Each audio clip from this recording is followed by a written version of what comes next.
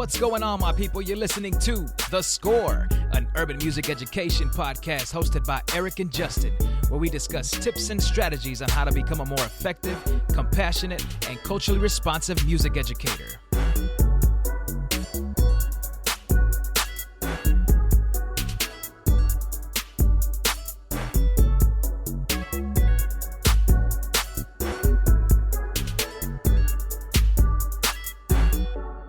What's going on, my people? This is Eric. And this is Justin. And we're your hosts for The Score. Welcome to episode 115. We're back. Music ed, leadership, and what's next? What's up, Justin? How you doing, bro? I'm doing well, man. I'm doing well. It's been a while since we've been behind the mics. Just a little bit. And I'm excited to see what's going to come of this episode, man. How you been? I've been tired, bro. You know what I mean? I think we left tired and we come back tired. It was one of those, like, I think if we study our episodes and look back at some of the words that some themes in there, I think tired would come up quite a bit. But nah, man, I'm good. Joking aside, it's a couple shifts and a couple things that have happened recently that have led to us that with the opportunity to come back and stuff. But now, man, what you obviously are nearing now the end of summer. Talk to me a little bit about how the summer went for you, bro. The summer was interesting. I did something different this summer. So my mother is an assistant director for To Be a Champion. So it's this kind of NIL after school, summer school kind of summer program in the nonprofit space and for districts around Houston. And they have districts or they have businesses and partnerships in Houston and Dallas and San Antonio and in Austin. And so she was like, hey, we're doing a summer camp over near you. Would you mind being the site coordinator? And I was like, yeah, why not? So I was the site coordinator for the first 5 weeks of summer for a summer enrichment camp over at Bloom's Academy in off Alameda Genoa. So I was up every day, 5 o'clock, opening up, getting rooms set up, making sure the college students who were the group leaders were there and managing kids and putting out fires. I was a principal. More than anything. And so I can deeply connect with those years that you spent at Black Middle School and why you would not go back there. But all in all, I had a great opportunity to connect with students. So the program was from kindergarten all the way through like sixth, seventh grade. And so the kids came out, they had an enrichment for STEM. They had one for creative arts. They had one for robotics, and then we did some different gym stuff and outside stuff. So it was cool. It was cool to kind of lead people, kind of get my feedback wet again in terms of putting out fires and dealing with the he say, she say, and hey, we need to move kids here. I'm on the walkie. Hey, we're going to be moving to our next rotation. Let's go ahead and put large trash cans. So it was an interesting summer while at the same time prepping my kids. So Eric knows this. This may be news to everybody out there, but every summer, we kind of do a learning academy in my house, and usually it's geared around reading, math, and we're preparing for the next grade. And so we did a lot of that. The goal this year was to have all of our multiplication tables memorized as we get into the sixth grade and fifth grade. So we these next 2 weeks are hell weeks. So we'll be doing 1 through 10 every day, and they get a minute. So they get a minute to knock out 2 pages of multiplication tables. And then Lennox is going to sixth grade. He's starting band percussion. So we've been working through sixth grade, sir. Yeah, man. So we've been working through beginner percussion stuff. And I've just been like, hey, man, in the office, 1 hour and 30. These are the things you're working on. Open up the music book, pull out the pad. So, yeah. So that's been my summer. And just serving at the church and doing church camps and all that kind of stuff. Well, put me on game, sir. I think we have a little bit of an announcement.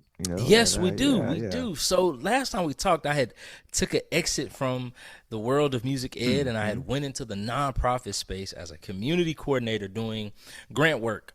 And so I have since transitioned from there because I will be doing quite a few things. I will be starting and planting a campus in Manville, Texas, another campus of the local church where I serve on staff as the student leader and the student pastor. And so as these transitions were happening, I really felt like, man, I miss the music ed world. I miss some of those things. And I was doing a lot of that even when I was at the summer camp. I was talking to kids about music and teaching them different things. But I knew that I could not go back in the middle school, high school space. My kids are getting older. I want to have the space to help them navigate fifth grade, sixth grade, and my younger two are going to kindergarten and first grade, and I understand the commitment. And so I put my hat in for elementary schools. I'm EC through 12th. When I student taught in college, I didn't even do my student teaching for high school. I did elementary and I did middle school. And so put in my app. I had a position at one school, but it was kind of further out. And I was excited, but it was a kind of a charter school upstart program. So there was a lot of that they didn't know and I was coming to the table with. And so I ended up getting an opportunity to apply for a position back in Fort Bend, and I got it. And I will be the elementary music teacher at E.A. Jones Elementary in Missouri City, Texas. Let's so go. I'm super excited. I'm gonna have an elementary choir. That's the expectation for all the elementary schools, and I'm gonna do a fifth grade percussion ensemble. So I'm already thinking about the programs. I'll be meeting with my principal tomorrow after a new teacher orientation. Just to talk about the year. What does she expect to see? What are some programs that we want to work together on? So I'm excited. I told one of my friends, I took a picture of my badge and I sent it to her and I said, back like I never left. She was like, those kids don't know what they're about to get into. I was like, they don't. But we're going to have a ball. We're going to have a ball. Nor does that school, man. No, know? not Yeah. And admittedly, I don't know if we're supposed to share reference calls, but, when I got the phone call from that principal, I was like, yeah, Justin's going to get along with everybody at that school. And so he's not just going to impact your music program, but he's gonna be that guy that I was like, he still talks to some of the teachers we worked with at Hamilton Middle School, right? Like I think about Holly, right? Shout out to but man, I'm so happy for you, bro. This is just obviously hearing about it and learning more about it and kind of getting your joy and your enthusiasm about going back. And I'm truly serious that we need to document this journey. I am. I'm excited because I know what to do, but obviously when you've done marching band, solo ensemble, percussion ensemble, concert band, jazz band, you've done all of these things for 12 plus years. You're a newbie, and I'm very excited. Like I'm very excited because I'm back researching, I'm back learning, I'm looking up other things on YouTube. I got a meeting scheduled with our guy Franklin, just to talk through some things and get some ideas. And so I'm in a place of learning. And we talk about this on our episodes a lot, that we are lifelong learners. Yep. And I think getting back into this, I'm getting into something new. Like I don't know what it's like to run a elementary school program, but I do know what it's like to run a program and to have it locked and loaded. So I'm excited. And they have a band director as an elementary music teacher prepping kids for middle school band and high school band. What? So I'm there, and our elementary is so literally awesome. Right across from Missouri City Middle School, which is right up the street from Thurgood. So shout out to Juan Ramos, who's at Thurgood. So yeah, man, I've already got some emails like, hey, can you tech for us this fall? Hold on, guys. Let's just pump the brakes. Let me get my bearings, and then we'll see what we can do. So man, shout out to you going back to your district, man. And yes, sir. People are excited. Yes, I know that for sure. That the people around you, and but yeah, man, I got a couple things too. Yes, you do, man. Let's go ahead and let the people know, sir. So it's been a busy summer as well. I got an opportunity to apply for a new role and kind of walk through that door. And I after 2 years of service with Consummer and Consummer Education, I was their educational support manager for the Southwest U.S., West U.S., and Mexico. Once I departed from there, I am now an account executive with Make Music, formerly Smart Music. Nice. Sister companies with Alfred Music. And it's actually just 2 days ago, made it officially a month of being on the new gig, and to be completely vulnerable in some aspect here. I wasn't really looking, but there was some things happening here at home that I needed to tend to, and specifically that my father-in-law unfortunately had passed away in December, just pretty close to our last episode that we recorded with Relative Pitch, and he is the reason I research and advocate so much for banda music specifically. And so my kids took it hard, man, and it was one of those where the job with Consummer did definitely require me to be on the road quite a bit more. I had a bigger territory, and so when getting this new job gets me home, gives me an opportunity to still be able to help teachers, like the biggest thing with, because it's not the same smart music that you and I were brought up with, right? Like this is make music is a whole different animal, and so I'm really excited to jump into that role. I'm going to be taking over part of the West.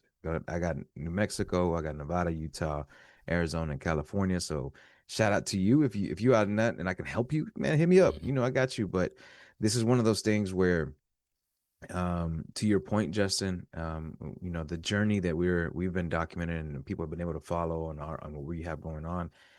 One thing that I wanted to touch on is your willingness to go into music ed again, and then especially elementary, right? Yeah. Like this, I think you and I were brought up, or when we entered the profession, was almost like if you went from elementary, you had to go up to middle school if you're going to the next step, the quote unquote next step, right?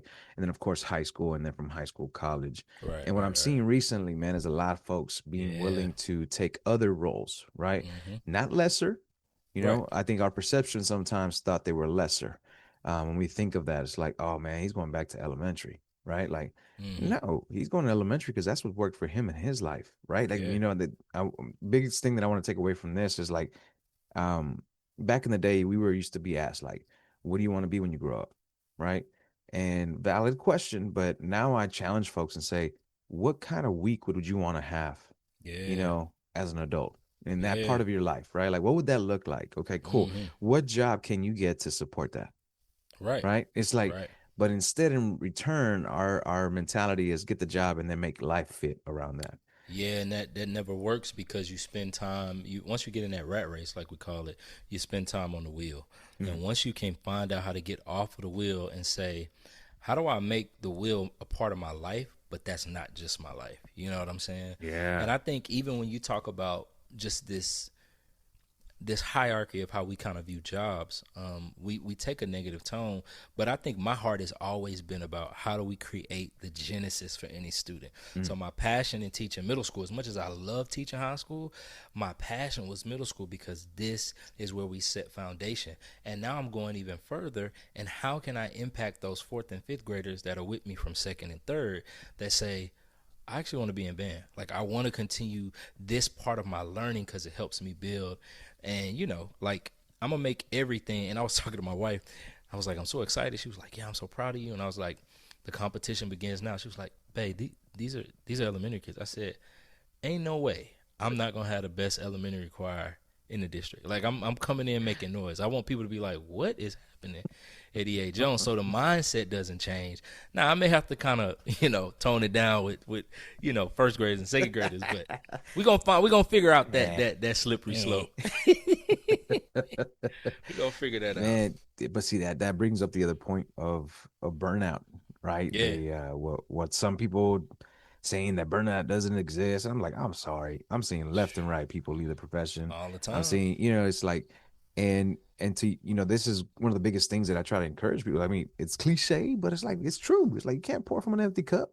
No. So, it's like, and for that, I'm really big on encouraging folks to kind of take that leap of faith, right? Like look at things that, if you are at a very busy, thriving, active marching band program, right? And then you're thinking like, this was what I wanted for the first 8 years of my career, right? Talk about it. But now I'm at a point that I'm looking at something different, right? And that's okay, right? And then and be willing to do that. And I guess I'm trying to validate that as well, because that's kind of been our journey, right? And it has had some elements of like exhaustion and burnout, and that we've both been able to speak on, but that just, I'm seeing it still, right? Like it's, and I want people to sit down. And I know part of that is the fact that the vast majority for a lot of them and us, our identity has been and has been. I was just about to say that. Yeah. I was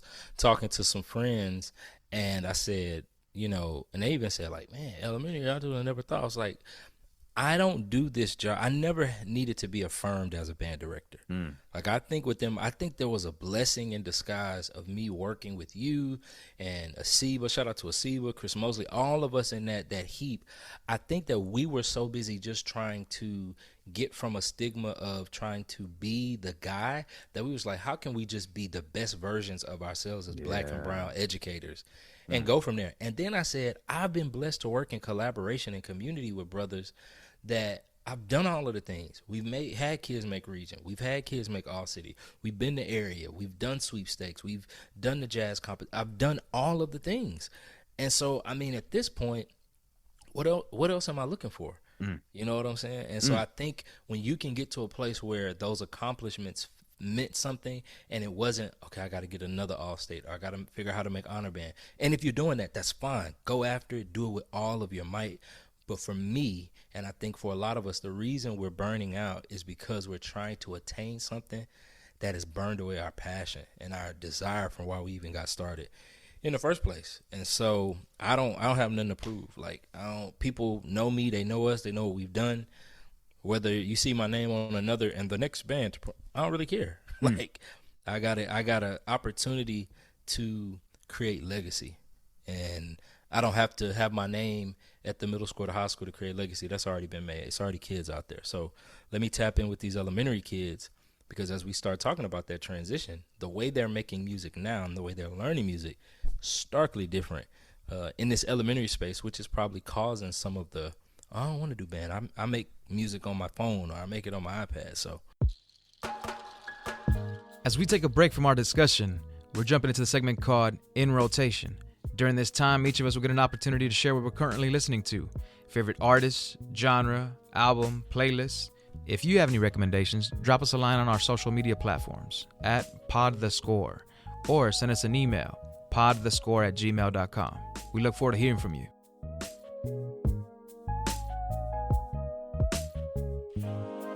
In rotation, folks. All right, so my wife and I have been able to enjoy these past several months, actually, of attending and enjoying a little bit more of conjunto music. And I'm choosing that term specifically because there's a little bit more academic substance behind that. And shout out to Dr. Amanda Soto at Texas State University, a big part of her research on this in music ed. The Valley, the South Texas programs have a lot of conjunto programs where, like, folks that used to be in these conjuntos are now big names, like Grupo Frontera. Bobby Pulido used to be in a mariachi program down in the Valley. And so we actually got to go to Bésame Mucho in the spring, which was in Austin, a multi-stage Latin American, specifically majority Mexican regional music. And we got to see some of our favorite acts. And so the other one was shout out to Daisy Zambrano. My wife and I got to go to her wedding, and past guest of our podcast there. And she actually had, oh my God, what am I going to blank? Los Morales, which they've collabed with before. And then, but I want to give a shout out to my boy, Rudy Olivares, the son of Fito Olivares, that he got to enjoy this event that I was able to curate at the city of Houston. We were able to make Fito Olivares a City of Houston Day of Proclamation. Con Selmer accepted it for him to become a national artist, a posthumous national artist. And then I was able to celebrate that with my fraternity brother, city council member Joaquin Martinez, in addition to MOCA, the office that doesn't exist, unfortunately, in the city of Houston anymore. But shout out to Gracie Chavez there, that's now working for Fresh Arts and helped me collab and put this on. So he's actually in as a drummer and producer for this group called Predilecto. That's Predilecto, Predilecto. And they dropped a tune called Loco with that verso. And the reason I'm bringing that tune up is because there's a fusion of accordion and saxophone. Saxophone is a little bit more present within the northern regional Mexico part, and can be attributed to the state of Chihuahua, and by the influence of Johnny Hodges, if you're a jazz fan. So I say that because throughout the piece, the texture of the sax and the accordion, specifically in this tune in Loco, I love it. It has this kind of like rawness to it. It has the bends. It has a little bit of a growl. And at the end, they give a little kind of tribute to Fito Olivares and De La Gallina, the chicken, at the very end. So my thing in rotation, I got Loco by Predilecto and Adverso. Justin, what you got? So I know that I said that I have not been in a band hall outside of some of the consulting work we do. But I have taken on the leadership of leading our student band at our church. So we have a student worship team that sings on first Sundays, and we have a student band. So we have 2 bass players, we got 4 drummers, my son being one of them, and then we have a keyboardist. And so every second and fourth Tuesday, the weeks prior, I'm preparing to teach them, right? So it's more of what we would call a commercial music rehearsal, or it would be a small ensemble. But we set up, just like, it was crazy here, because we set up jazz style, the same way we would set up our rhythm section back at Heights. We got drums, we got keys. I set up a keyboard for myself and the bass player. I transcribe the drum patterns for our percussionists. I write out chorus charts. We went through a whole Nashville system, making sure they know, hey, we're going to the 1, we're going to the 4, minor 2, all that kind of stuff. They have those charts. And then we spend time listening to the song to make sure we understand the approach. And then I spend time teaching them, going through, hey, you want to play this chord? We're going to play a third inversion on this chord so you can access all of your chords. Hey, bass, I actually want you to play the bass line from this part. Hey, drums, let's go ahead and take this slow. I'm counting out rhythms. So I'm super excited. And so nice. Some of my team members whose students are in the group, they're like, man, you really I was like, man, it's like I'm back in the band hall again. I don't even know that y'all are here because I'm teaching. So I find myself saying, hey, we want to work. You need to work this week. You need to be practicing. If you're not prepared, you won't be playing. All this kind of stuff. Yeah. And so we're working. We're getting ready to sing and worship on this first Sunday of August. So I've been listening to I Thank God by Maverick City. So we've been doing a lot of Maverick City stuff. It's kind of, if we will, it is the Essential Element 1 book of learning how to play because those chord structures are very easy. They're just doing 1, 4, 5, 6.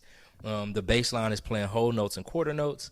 Drummers are playing a whole bunch of syncopated with 4 on the floor type rhythm. So it's been cool. It's been really cool for me to print up music, and I'm like, hey, where's your music folder? You don't have your music folder. You need to have your music here. So that's what I've been working on. But I Thank God by Maverick City.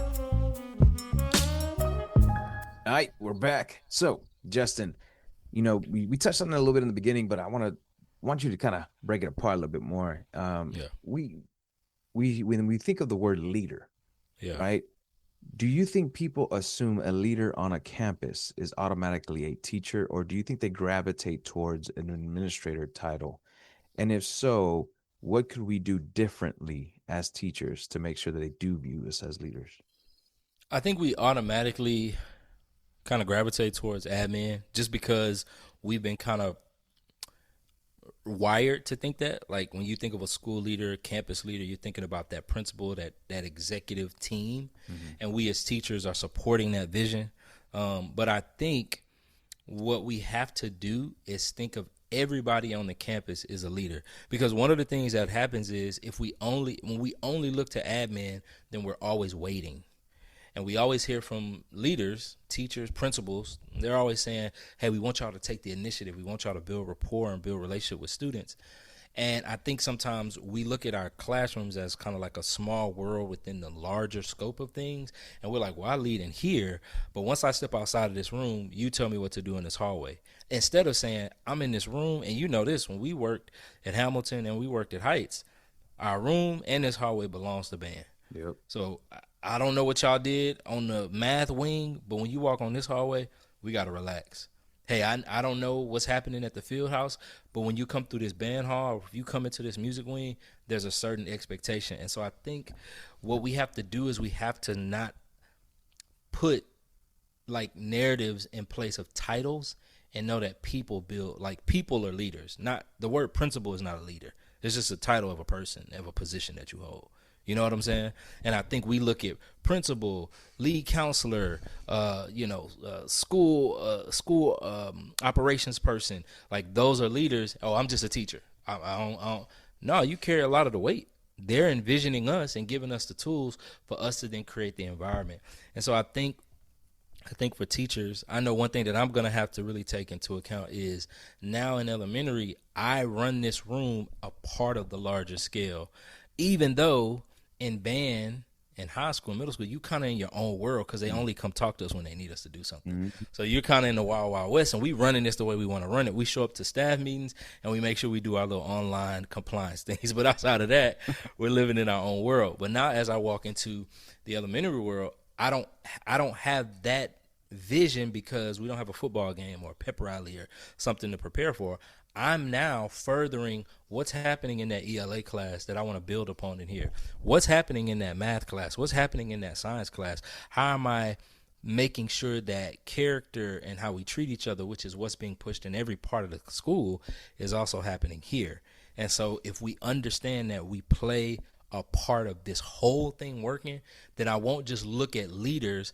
I'll look at the person that's leading in my space, and then how can I take on what they're asking me to do and do it in my context. Yeah, I love that. I yeah, I want I'm gonna like hang on to that one a bit because, you know, we've been really one of the topics I've been able to do within the last year is kind of like, and you and I got to do this clinic and professional development, and it just we are leaders, we are Yeah, educators, we are, you know right. what I mean? Like this whole moving the goalpost things, like Yeah, once yeah, and you yeah. fill in the blank, and it's like, why are we waiting until we get Mm-hmm. to that point? Why don't? And it was one of those things sometimes, right? Like, shout out to academia, but one of the things that frustrated me about academia and still does to this point is like, once I get tenure, then I'll be able to say what I Right, really want to right. say. And I'm like, why don't we do it now? Like the Mm-hmm. need is now that we can make an impact now. Like, why don't we make a change?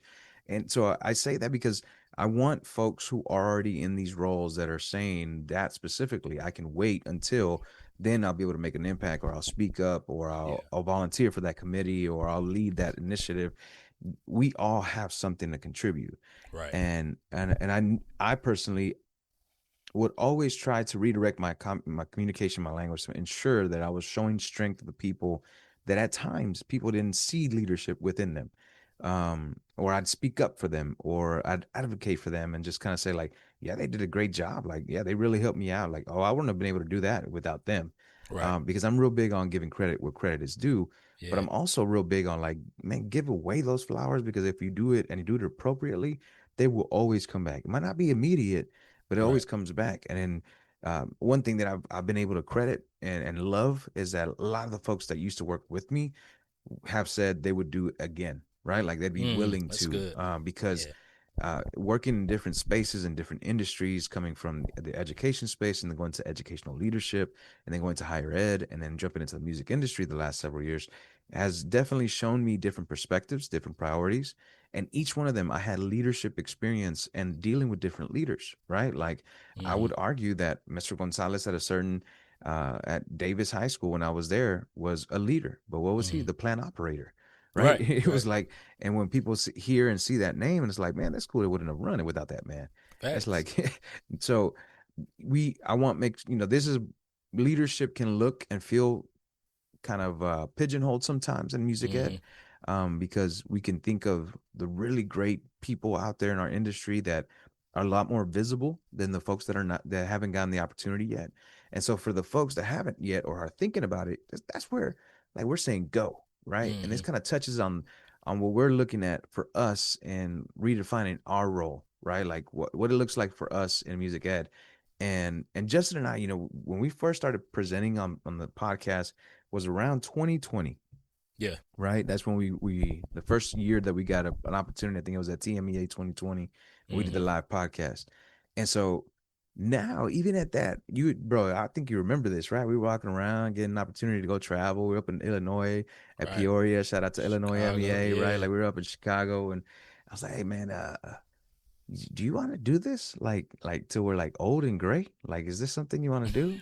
And I think like on the same beat, we both were like, nope, no, nope. Like Yeah. we like doing this, but Yeah. man, To a certain extent. you're not gonna catch me out here like at 88 years old, still trying to Nah. get in these sessions and Nah. stuff. So even us, right, as young bucks in this game, right, Right. like it was, and which, bro, that could be a whole other episode. But I'm like, Exactly. we got 15 years experience in this thing, but we're still young bucks, Still like very much. we're still the Yeah. babies, right? And so I Right. think Right. we need to start giving people the credit they deserve for the work that they've given.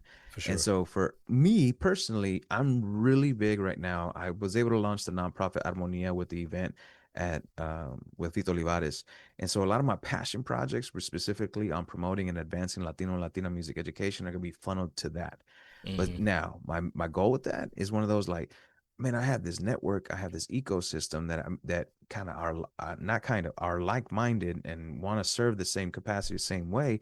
That it's when I was like, man, let me go find funding and hook my people up, right? Like Right. you and I got to meet so many dope folks around the country that it's like, man, you're doing this in a silo, like by yourself. Right. Yeah, You yeah. need to ring the You're alarm. right. It's like, man, if I can get you some funding, like what could you make happen? It's like, Right. man, hold my beer kind of thing, right? Like it's like I can make some things shake. And I think I know it's because of us who have worked in under-resourced, Hmm. understaffed, Title I schools, just when you think about the things that at times will provide limitations, when you give us a little, we're going to give you a lot. And so Right. for me, if one of the things that I want to, I started off with this, I want to stay home more, right? I want to be present to my kids more. Yeah. And I made that commitment, in doing so. And so in return, when I do get those phone calls and invitations, I want to be able to say, hey, if I am available and I have the space and the capacity to do that, I'd love to do it. But in the event that I'm not, right? Hey, I got this list of great people That can that I do the will put job. my name behind any day of the day, like any day, and Yeah. just take them, right? Let me connect you. Let me work that for you, right?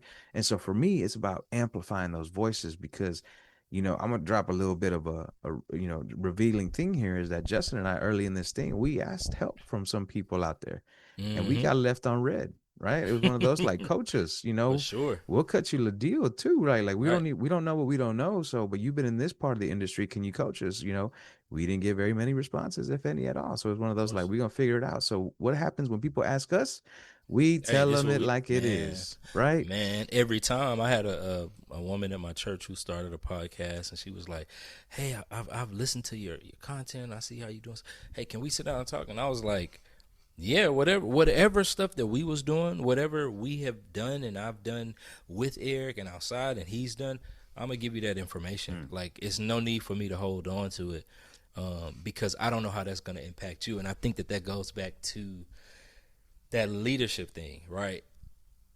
If we wait, then we're keeping other leaders from being prepared, Mm. right? If I'm saying, hey, Eric is the head band director of bands, I'm the assistant, I wait for him or I'll wait until he gives me a green light on something, then who's connected to me that's not getting what they need? Because he's off leading, you're off leading and doing what you need to be doing. There's an initiative that I should be taking that we can meet in the middle and say, okay, cool, let me give you this.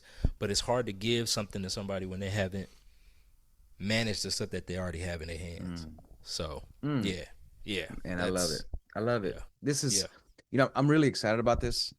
We've got a few emails, a few Mm-hmm. DMs as to Yeah. where Super y'all been? excited. Are y'all done? Right? Like, shout out to our listener who flat out said, "What's up? Y'all done?" I was like, yeah, man, I don't even know how to respond to that, right? But now we just, I was traveling so much. Justin had his things going on. It just, it got to a point where we understood right now is not the season. Yeah, yeah. And we didn't stop keeping in touch with each other. Obviously, he was still a consultant for a Revival Music project.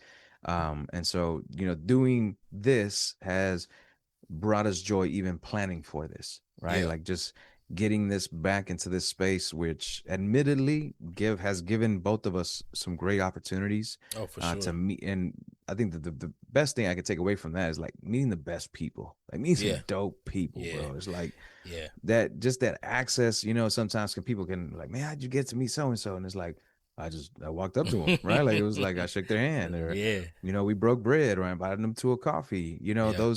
Those type of interactions that I can still kind of look back on and look at the relationships that have developed from those meetings Right. or those interactions. And so I'm really excited at who and what we discuss next, right? The trends that we're looking at Yeah. technology specifically. Obviously, me jumping into to make music is understanding how do we use technology to our advantage. Hmm. Like you and I bring that up all the time in our presentations. Like I get it, right? The pandemic like shifted us and myself included, and by the time we got permission to go back to normal, we threw that laptop against the wall, right? Right. Like it was like I don't want anything to do with this, and it's like, well, wait, hold on, we were getting you home at an earlier time, Hmm. right? Like hold We don't on, have to go back to doing I, this the old way. right, but Right. that's the way it's always been done, right? And Right. that's where I start Right. challenging folks, and it's like, okay, shouldn't we say, but there has to be a better way, right? Hmm. And so that for sure for me, I'm excited to bring in a little bit more of how technology can help us, especially because I'm in it. You Yeah. yourself have been using technology with the music production, with Yeah. composition in that aspect. I know you're gonna bring that into some way, form, or fashion into your elementary music Yeah, program. because I think that's just the future. Man, I can't even think of the guy's name. He's an elementary music teacher, and I just came across his page on Instagram, and in his room, he has all of the things, but he also has like drum machines and different kind of like keyboards, and he teaches the kids like hip hop classics. Like they're playing like, I'm talking about anything from Get the Dirt Off Your Shoulder to Kick Push by Lupe Fiasco, and he's teaching them the chords. And they got a person on bass, then they got two players, two kids on another keyboard, and then he got some on percussion, and it's sounding like the record. And I'm like, this is their music class. You know what I'm saying? Like, this is their music class. And so I think that the trends that we're seeing, especially with the digital world and the digital space, we got to engage with it. We have to. I was on ChatGPT, and I just typed in like, what would be changes for this. I think I was doing like Giant Steps. Like, what would be the changes for Giant Steps if I wanted to do a mix of these two eras or these two artists? Literally a whole write-up. It was like, all right, so you want to do a little bit of Coltrane with some of this? All right, you're going to use these modes, these keys. Here's an example of a 8-bar phrase. Play these notes. Here are the notes spelled out. Here are the chords under the notes. I was just like, this is what kids have available to them. And you and I was sitting there like, all right, let's look at the blues scale.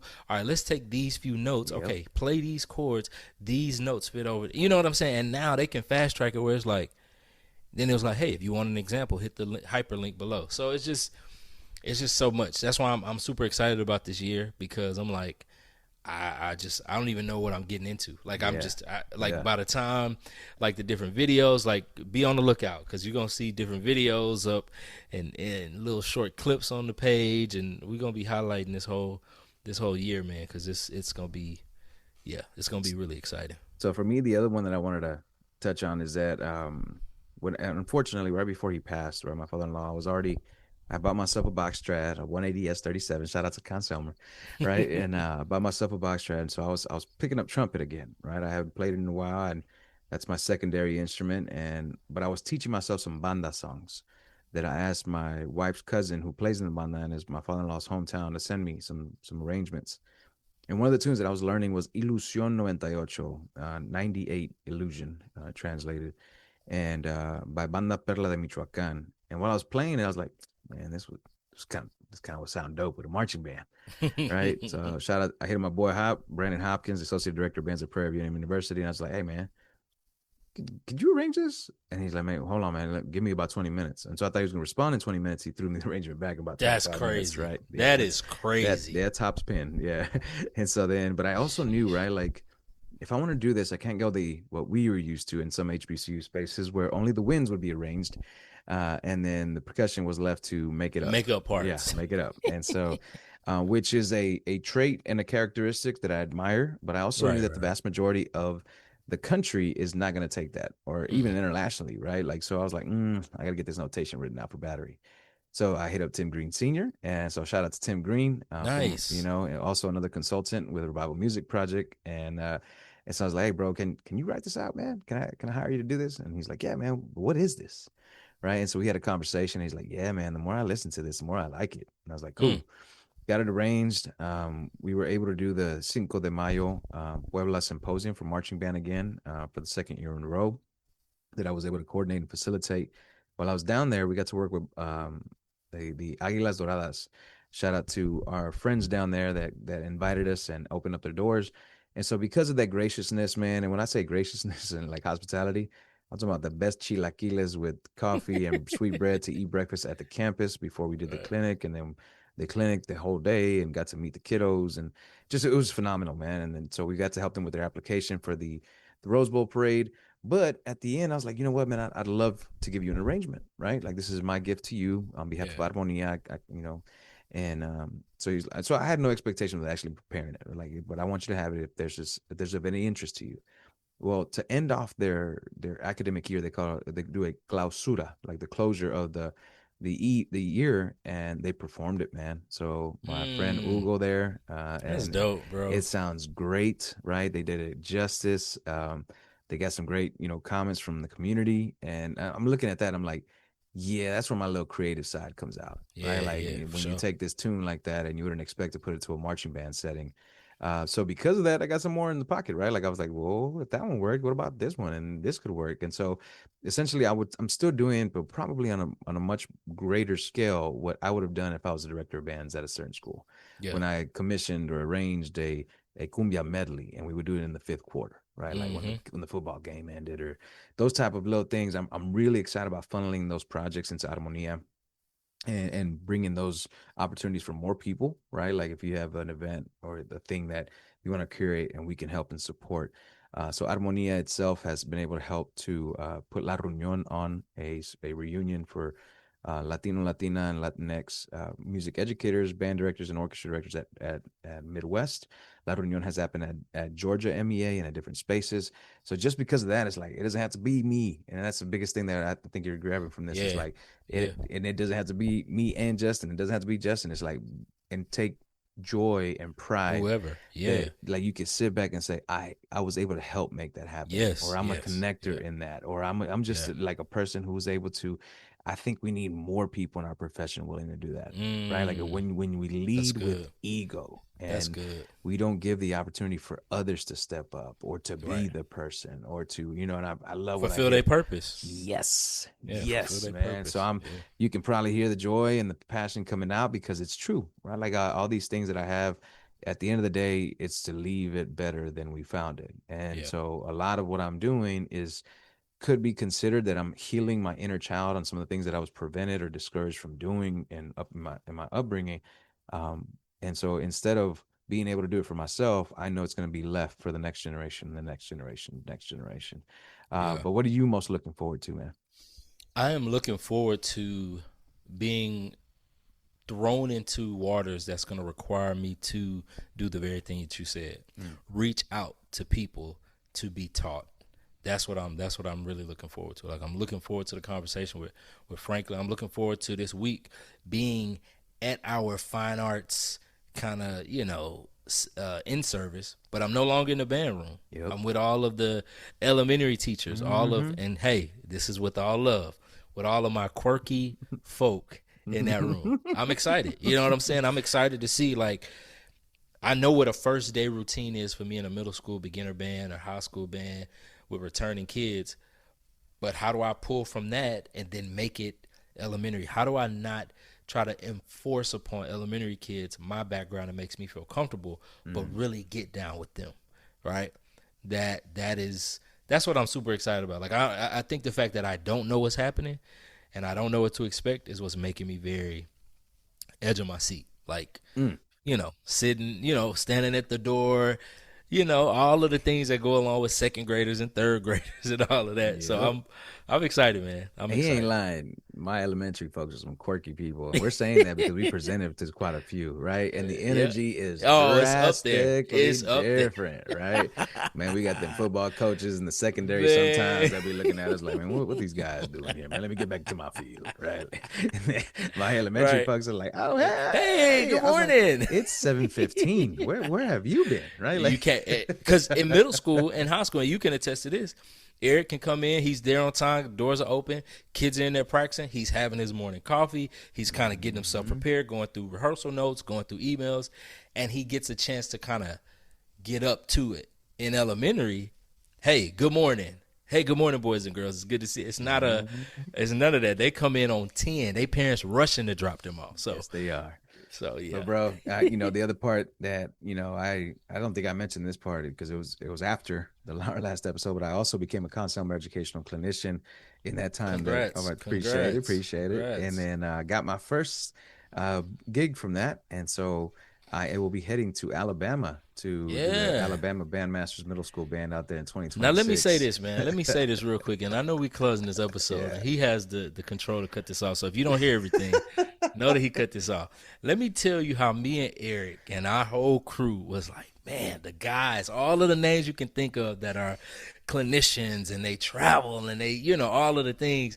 And we were like, man, that's really cool. This man dropped in the chat with us and was like, hey guys, I'm the clinician for I'm out in Alabama. We was like, you're no longer a part of this crew. Like you're with your upper echelon. We just hear like, man, that's our guy, man.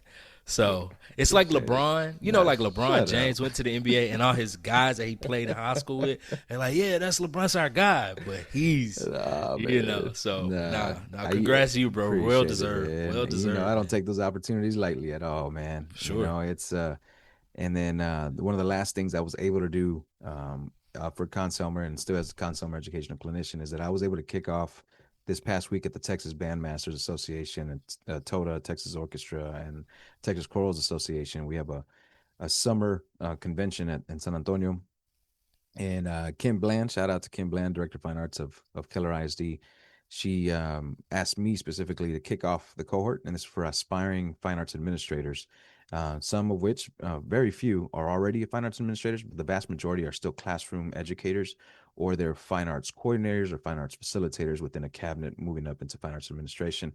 And so I was able to kick off that session, man. So it's one of those, like, I don't take those opportunities lightly, right? Like I'm still kind of moving in the background, right? Like you might not see some of those posts. You might not see me putting up that. And to be completely honest, if you don't see me focusing on that, it's because I'm focusing on my family.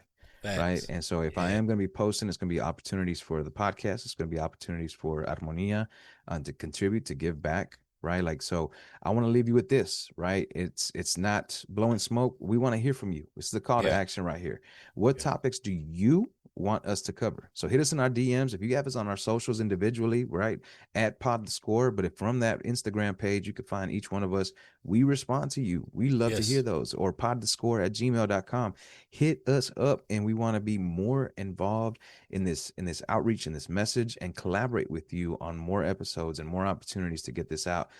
Because somebody asked me just not too long ago, like, why'd y'all do that, Justin? And like, well, why would y'all, record? And I'm like, because it got to a point where I was noticing so many legends in our music ed, and nobody was talking about the great things that they did. Right. Nobody documented their journey. Nobody said, it's like, but you go and talk to their alums, and they're like, oh man, so and so did X, Y, and Z and changed my life and put me in a place, in a path that led me to success.